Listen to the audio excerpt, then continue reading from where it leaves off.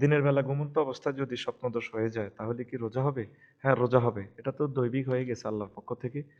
আপনি ফরজ গোসল করে নিবেন। এরপরে রোজার মাসে খারাপ অভ্যাসগুলো কিভাবে বর্জন করবে? যেমন ধূমপান, উম, বদ অভ্যাসগুলো। ধূমপান আপনি সারাদিন তো খেলেন না, পান করলেন না, চেষ্টা করলে হয়ে যাবে। আপনি তো ইফতারি করে আরো 5-6টা একসাথে মারি দিতেছেন। আপনি ওই টান, আমরা পান খাই না, নেশা করে পান খাওয়া মনেও পড়ে না, অনেক সময় শখ করে খাই। তো এটার অর্থ এই নয় যে শখ করে ধূমপান করবেন, শখ করে মদ খাবেন, না, সেটা করা যাবে না।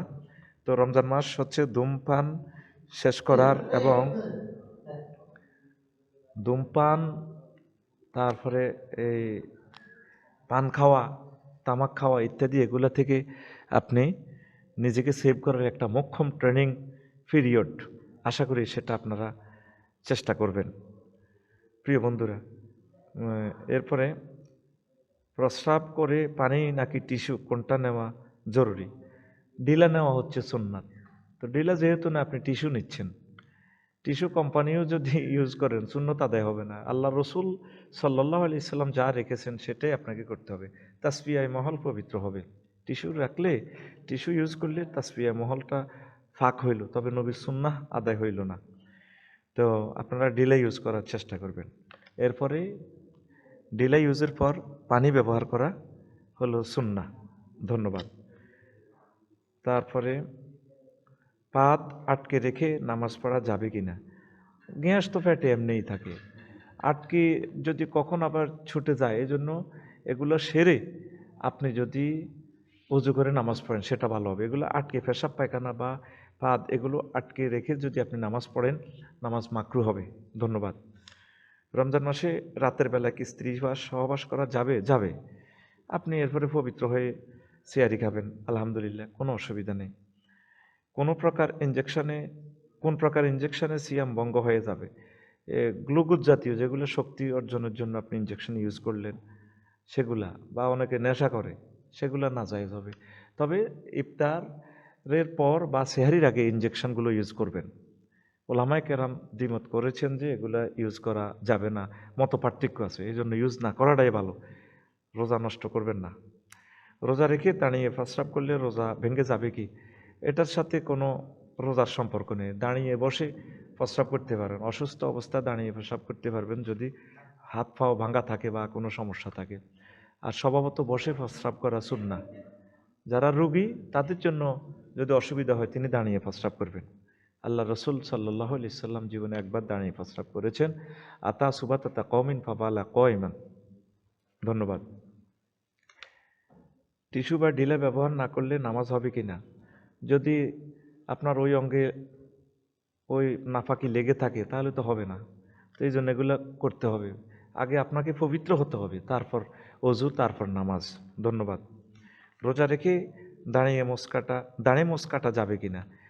সেটা কাটতে পারবেন।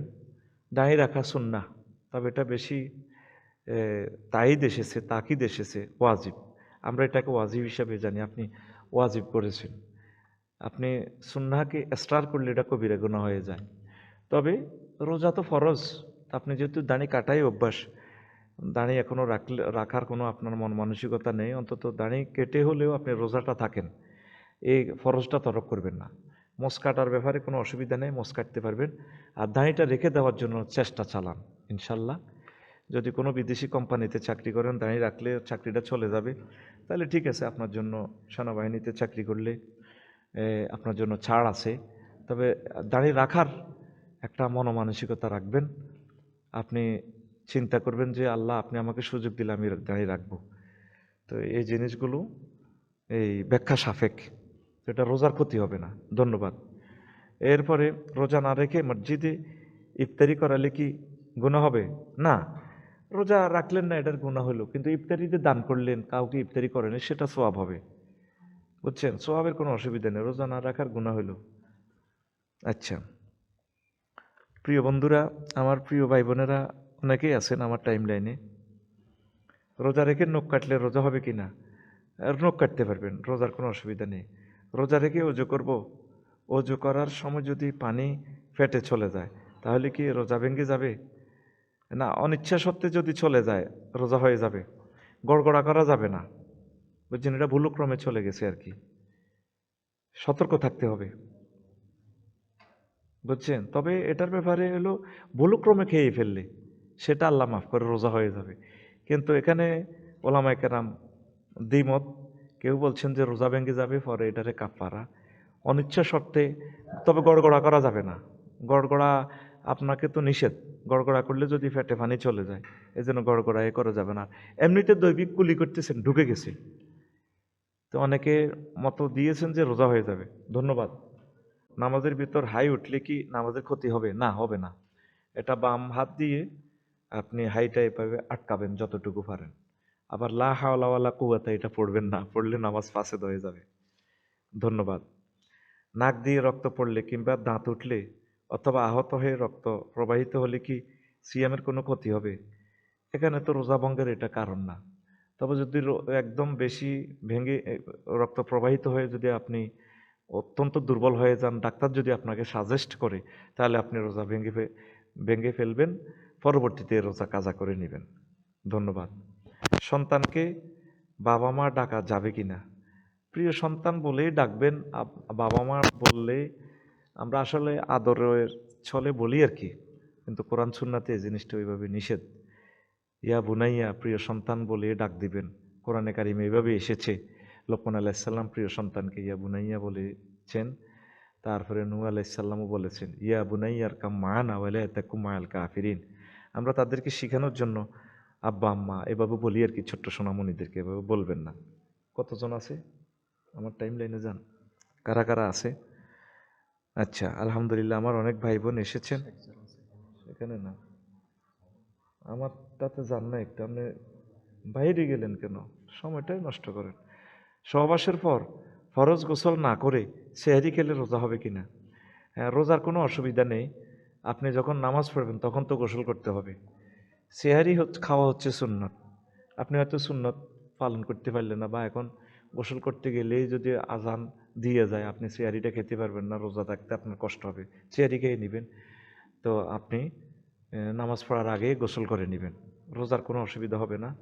তবে এই ধরনের কার্যক্রম করার সহবাস করলে আপনারা সাথে সাথে গোসল করবেন, তারপর অন্যান্য কার্যক্রম করবেন। ধন্যবাদ।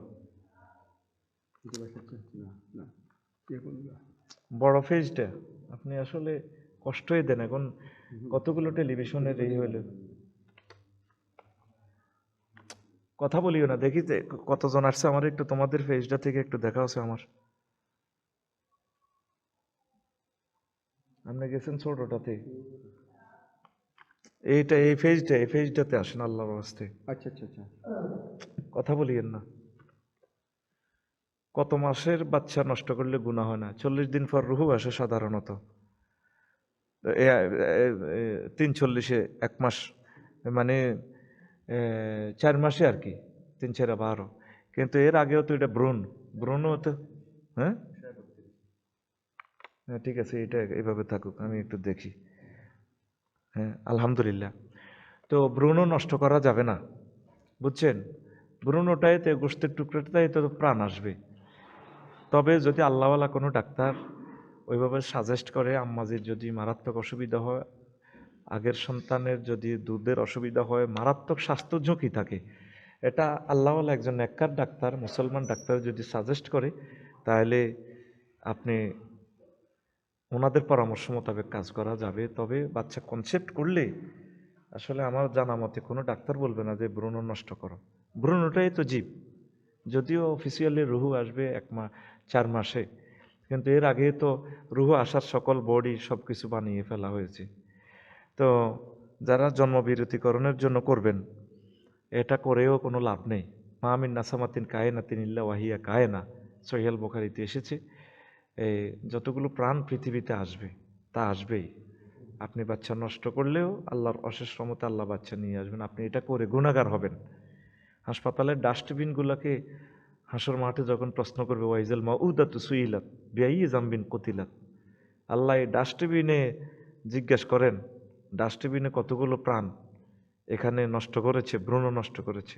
আশা করি ডাক্তার, ক্লিনিক এবং সিস্টার এবং কি দম্পত্য ভাই বোনেরা এই কথাগুলো খেয়াল করবেন, ভ্রূণ নষ্ট করবেন না।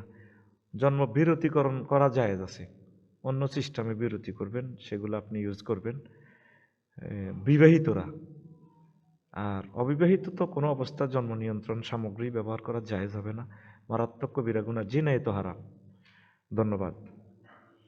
তা আর একটা কথা, আমার প্রিয় ভাই বোন যারা আছেন, আমি আপনাদের কাছে দরখাস্ত রাখি, কত পয়সা কত দিকে খরচ করেন এই আমার পবিত্র জুমার খুতবাটা আপনি মসজিদে দান করেন।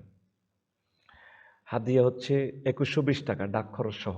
আর একজনকে আমরা উমরা নেব, উমরা আমরা একজনকে বিজয়ী করব, মানে লটারির মাধ্যমে আর কি, কররাহ করে আমরা একজনকে নিব। আপনার গ্রামে যদি 5টা মসজিদ থাকে বা পুরা ইউনিয়নে যদি দিতে চান, শিল্পপতি কোটিপতি ভাইয়েরা আছেন, আপনার আব্বা আম্মার সাদগায়ে জারিয়ার জন্য এলম বিতরণ আপনি করেন। আপনার কাছে আমি এই মিনতিটা রাখলাম, যেহেতু এগুলো অনেক দামি, প্রায় 1000 বিষয়, স্কলার গবেষকরা শত শত বছর মসজিদে খুতবা দিবে, আশা করি আমার এই খুতবাটা দিবেন। আর ইমাম সাহেবরা নেন মসজিদের প্রাণ থেকে মসজিদের জন্য, মসজিদের পাঠাগারের জন্য নেন, মাদ্রাসা, সরকারি মাদ্রাসা, কাওমি মাদ্রাসা, সরকারি পাঠাগার যা আছে, আমার এই খুতবাটা দান করেন, আমি এটা নিবেদন রাখলাম। ধন্যবাদ। আর আমি একটা আপনাদের কাছে দরখাস্ত রাখি, আমার ইউটিউবার ভাইয়েরা 100-150 কিলোমিটার পথ তারা মাড়ি দিয়ে তারা যায়, ইসলামী অনুষ্ঠানগুলো তারা এই করে, তারা ভিডিও ধারণ করে ইউটিউবের মাধ্যমে আপনাদেরকে পৌঁছাইয়া দেয়, কিন্তু ইসলামী ভিডিওগুলো আসলে ওইভাবে ভাইরাল হয় না, যে পরিমাণ আয় এতে তাদের বাড়া হয় না। যারা দানবীর আছেন, কত টাকা কত দিকে খরচ করেন, আমি আপনাদের কদম মোবারকে দরখাস্ত রাখবো, আমার ইউটিউবার ভাইদের জন্য আপনারা কিছু হাদিয়া, আপনারা বিকেশ সে পাঠিয়ে দেন। সারা পৃথিবীতে যারা ধনী আছেন, 150, 20, 30 যাই হয়, কোনো অসুবিধা নেই। 500, 1000, ওই যে আমাদের রোমানের গাড়িটা ভেঙে ফেলছে, অনেকগুলো টাকা গেছে। তো এটা একটা ভালো কাজ, আল্লাহর জন্য আপনারা এই কাজটা করেন। আমি বিকেশ নম্বর দিয়ে দিচ্ছি, আমার নম্বরটা দিচ্ছি, ওদের নম্বরটা দিলে এবার ওরা টাকা লই আবার কামড়াকামড়ি করবে, এই জন্য আমার নম্বরটা দিচ্ছি, নতুবা আমি ওদের নম্বরটাই দিয়ে দিতাম, ওরা যেহেতু 30-35 জন আছে। তো আমার নম্বরটা দিচ্ছি 01720538581, নগদ, রকেট, বিকাশ, পার্সোনাল।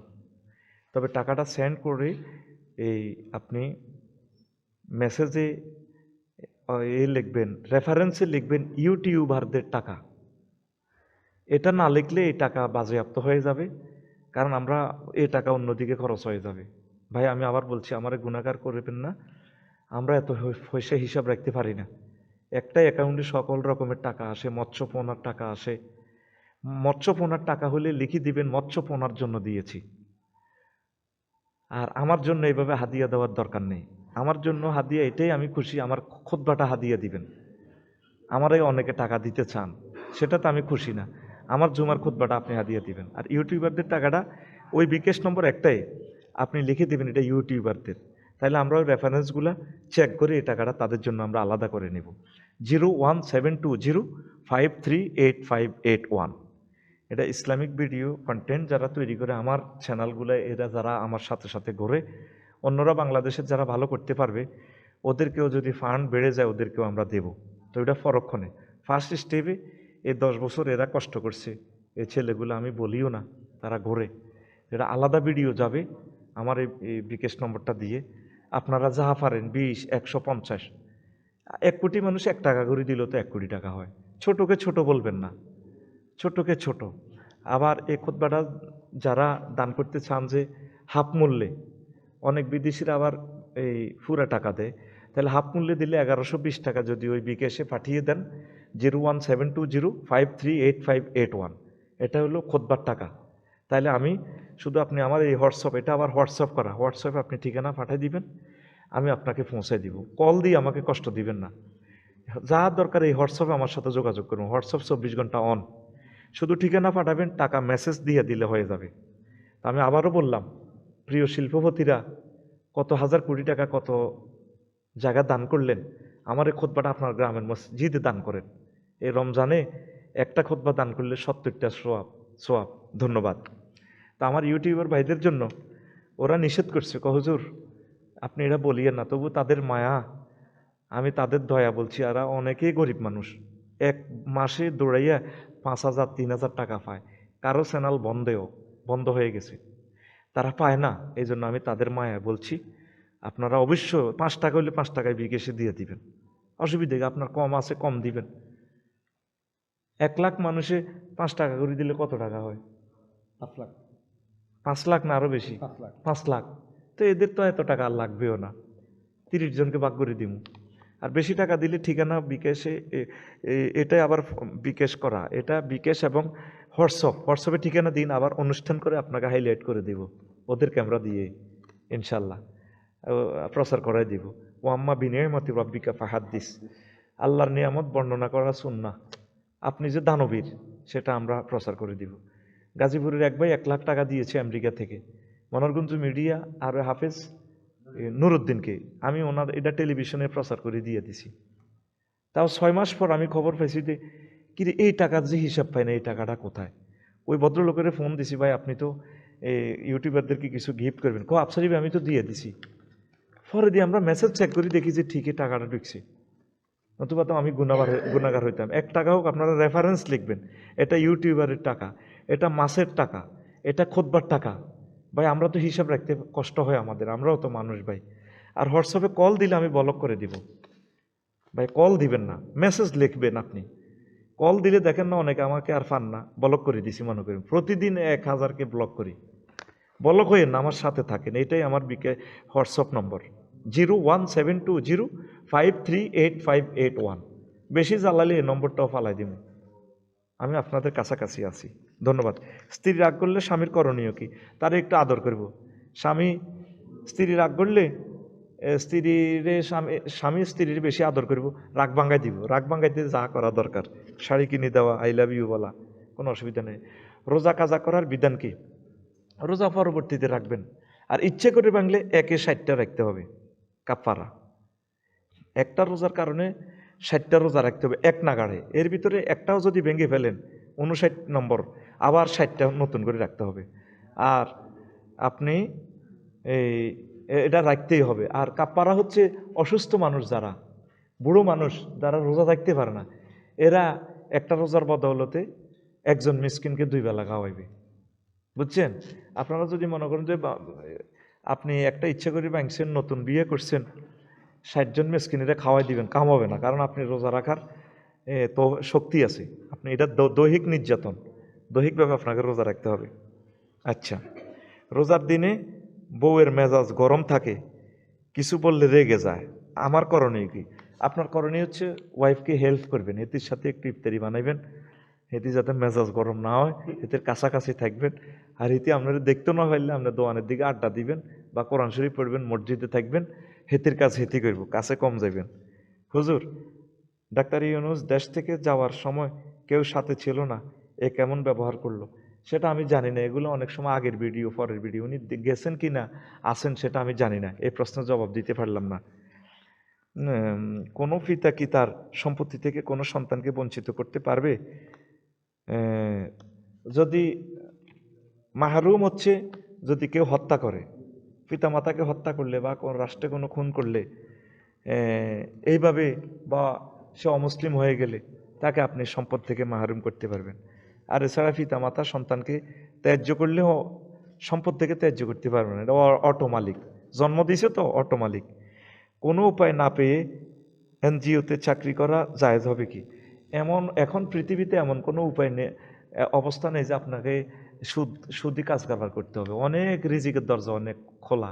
ওয়ামাই ইয়াত্তাকিল্লাহ ইয়াখরুজ লাহু মাখরাজা, যে ব্যক্তি আল্লাহর জন্য তাকওয়া পথ অবলম্বন করে তার জন্য রিজিকের দরজা আল্লাহ খুলে দেয়, আল্লাহ আপনাকে দিবে। আপনি অন্য কাজ করেন না, রিক্সা চালান, অসুবিধা কি? রিক্সা চালাইলেও ডেলি 1000 1500 টাকা আল্লাহ দিবে, আলহামদুলিল্লাহ। সুদি কার্যক্রমের সাথে জিরো টলারেন্স। আমার বাড়ির এক লোক ফজর ও এশার নামাজ মসজিদে না পড়ে বাড়িতে পড়ে, শরীয়তের বিধান কি? ফজরের নামাজ মসজিদে জামাতের সহিত পড়লে অর্ধেক তাহাজ্জুদের সমান সওয়াব, আর এশার নামাজ মসজিদে জামাত করলে অর্ধেক তাহাজ্জুদ, তাইলে এই পুরা রাত্রে কিয়ামুল লাইলে সওয়াব হয়ে যায়। এখন উনি যদি ভয় করে, সমস্যা থাক, উনি বাড়িতে পড়বে। জরুরত না থাকলে নামাজ মসজিদে পড়তে হবে ওনাকে, বুঝছেন? নামাজ মারিয়ে লেবিনি তোরা প্রশ্ন করতে করতে, কী রে ভাই, রোজা রেখে বিয়ে করা যাবে? যাবে, কোনো অসুবিধা নেই, এটা তো আরও ভালো কাজ। রোজা থাকি একটা বিয়ে করলে 70টা বিয়ে করা সওয়াব। তবে সহবাস করা যাবে না, এটা ইস্তারের হর, ভাবিরে সময় দিবেন। কেমন রোজা রেখে বিয়ে করা যাবে?